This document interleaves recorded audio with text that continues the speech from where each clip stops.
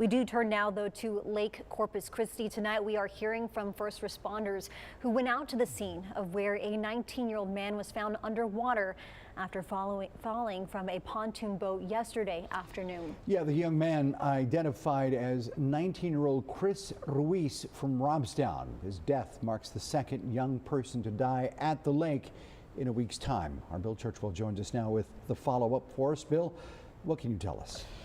Well, this is another extremely tragic event at one of our local lakes, and it's serving as a somber reminder of the dangers that lurk out there on the lake. Folks need to keep in mind there are no lifeguards at the lake. There is no one else around who will come to your immediate rescue if you're swimming, and you are swimming at your own risk. Now, one day after a second teen is found dead in Lake Corpus Christi, the message from game wardens remains the same.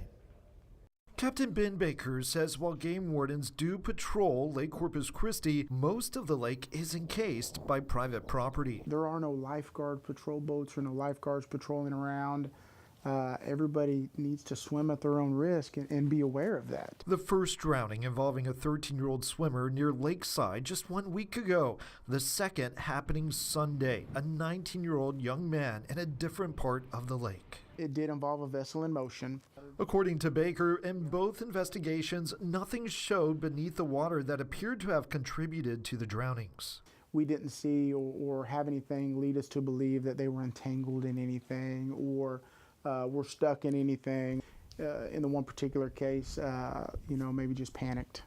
Maybe just had that sudden water immersion where you take that big gulp of water whenever you first go in. One is too many. San Patricio Constable Cody Farenthold is one of two divers who recovered the second victim after game wardens used side scan sonar to detect a point of interest. We're in zero visibility. We're doing everything by touch and by feel. A job he's been doing for several years now. He provided some insight into the challenges different parts of the reservoir can pose. We got down to the bottom and it was just mud. When you get down there and it's not solid at all, you actually sink down into it. He says the lake level being lower also gives visitors a false sense that it might be shallow.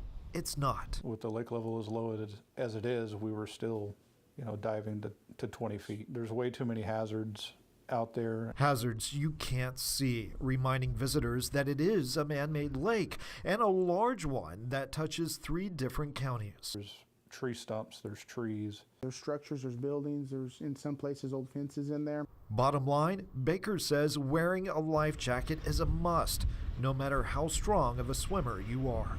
Have it on. It doesn't matter if you've been swimming for 40 years or you're 8 years old. And the game warden says, aside from always having a life jacket on, if you are out on a boat, do a pre-vessel inspection. Let someone know you are going out on the water. He adds that the captain of the boat should make sure all passengers have 3 points of contact, that their feet are planted, they're sitting, and they have a hand on an object of that boat, and have a first aid kit on board because of the time it takes for first responders to get out there to the lake. Back to you.